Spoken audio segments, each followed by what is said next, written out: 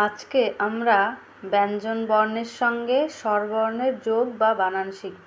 এই হলো আমাদের কারগুলো, তো এগুলোকেই যোগ করব। তো প্রথমে আকার বা আ যোগ করলে কি হয়, তো প্রথমে আমি একটা ব্যঞ্জন বর্ণ লিখব, তার সঙ্গে আ লিখব। আ হচ্ছে স্বরবর্ণ, তো এই দুটোকে জুড়ে দিলে হবে কয়াকারে কা। তো এই দেখো কয়াকারটা কিভাবে লিখবো, এই যে। তো ঠিক একইভাবে একটা ব্যঞ্জন বর্ণ, তার সঙ্গে আমি যদি আ জুড়ে দিই তাহলে হয়ে যাবে তয়াকারে তা।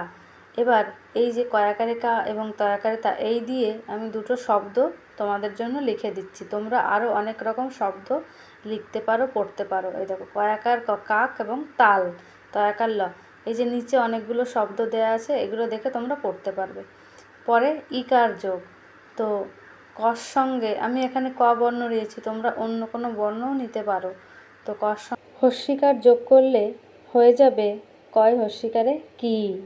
এই দেখো, এবার আমি যদি ব লিখে তার সঙ্গে আবার হস্যিকার লিখি হয়ে যাবে বয় হস্যিকারে বি। তো আমরা পড়ার সময় এইভাবে উচ্চারণ করব। তো এবার দেখো দুটো শব্দ লিখে দিচ্ছি। ক বয় হস্যিকারে বি, কবি। র বয়স্যিকারে বি, রবি। তো এটা আমি কয় হস্যিকার দিয়ে লিখিনি, এটা তোমরা কমেন্টে জানাবে। নিচের শব্দগুলো দেখে পড়তে পারবে। এবার দীর্ঘিকার যোগ, তো তর সঙ্গে যদি আমি দীর্ঘিকার এইভাবে স্বরবর্ণ লিখি তাহলে লেখার সময় আমরা এইভাবে লিখব, তয় দীর্ঘিকারে তি।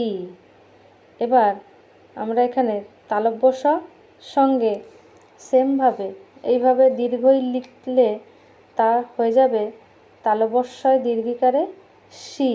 এবার এই তয় দীর্ঘিকারে তি এবং শয় দীর্ঘিকারে সি দিয়ে দুটো শব্দ তৈরি করছি। তয় দীর্ঘিকারে তি রতির, তালবস্যয় দীর্ঘি ত শীত। এই যে তোমাদের জন্য অনেক শব্দ রয়েছে। এবার আসি হস্যুকার যোগ। এবার দেখো হস্যুকার যোগটা কীভাবে হচ্ছে। ম লিখলাম, তার সঙ্গে হস্যু লিখে যখন আমরা এটা লিখব তখন হয়ে যাবে ময় হস্যুকারে মু। এবার ঘ লিখে তার সঙ্গে স্বরবর্ণ হস্যু জুড়ে দিলে হয়ে যাবে ঘয় হস্যুকারে ঘু। এই যে হয়ে গেল। তো এটা দিয়ে শব্দ তৈরি করব ময় হস্যু খমুখ এবং ঘয় হস্যু ডয় শূন্য রয় হস্যি ঘুড়ি। এই যে আরও অনেক শব্দ রয়েছে তোমাদের জন্য। এবার আসব দীর্ঘকার যোগ। দীর্ঘকার যোগও ঠিক একইভাবে কোনো একটা ব্যঞ্জন বর্ণের সঙ্গে স্বরবর্ণ দীর্ঘ জুড়ে দিলে হয়ে যাবে ভয় দীর্ঘকারে ভু। তো উচ্চারণটা আসবে উ। এবার দেখো এখানে ক লিখেছি, তার সঙ্গে দীর্ঘকার জুড়ে দেব, হয়ে যাবে কয় দীর্ঘকারে কু। তো তোমরা পড়ার সময় এইভাবে পড়বে। এবার এই দুটো ওয়ার্ড দিয়ে আমি শব্দ তৈরি করে দিচ্ছি। ভয় দীর্ঘ ত ভূত এবং কয় দীর্ঘ প কূপ। এখানে দুটো শব্দ হলো। এবার দেখো আরও অনেকগুলো শব্দ রয়েছে, এখানে ময়ূর রয়েছে, অনেক কিছু রয়েছে, তোমরা পড়তে পারবে। এবার রিকার, তো রিকার গ সঙ্গে রিকার যোগ করব আমরা, তাহলে কি হবে গয় রিকারে গ্রি। তো দেখো উচ্চারণটা এইভাবে হবে গয় রিকারে গ্রি। এবার এখানে নিচে মর সঙ্গে রিকার যোগ করলে ময় রিকারে মৃ। এইভাবে পড়ার সময় তোমরা উচ্চারণ করে করে পড়বে। এবার এই দুটো দিয়ে আমি একটা শব্দ তৈরি করে দিচ্ছি। গয় রি হ গৃহ, গৃহ মানে ঘর, এবং ময় রি গ মৃগ মানে হরিণ। তো এইখানে আরও অনেক শব্দ রয়েছে, দেখো কৃষ, ঘৃত, তৃণ, তোমরা এগুলো পড়ে নেবে।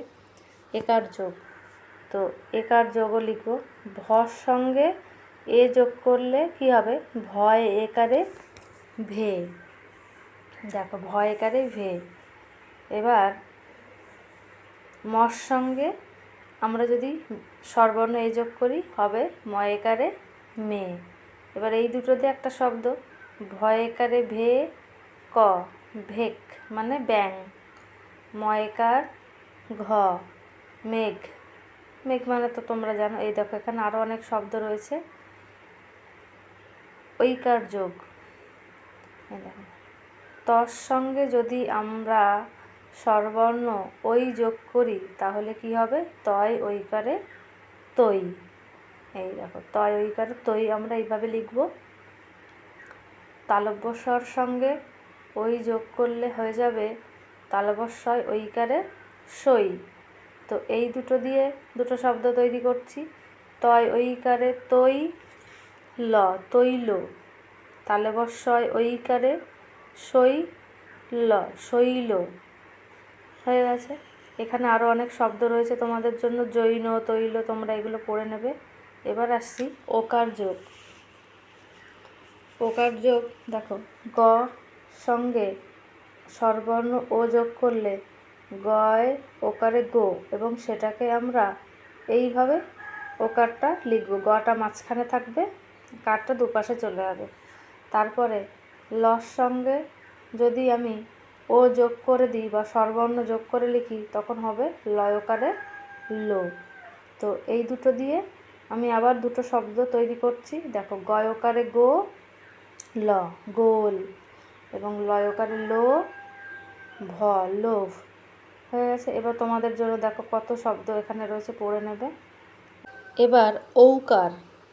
ঔকার এখানে দন্ত্যন্নর সঙ্গে যদি স্বরবর্ণ ঔ যোগ করি তাহলে হয়ে যাবে দন্ত্যন্নয় ঔকারে নৌ, এবং এখানে গ লিখেছি তার সঙ্গে ঔ লিখে কি হয়ে যাবে?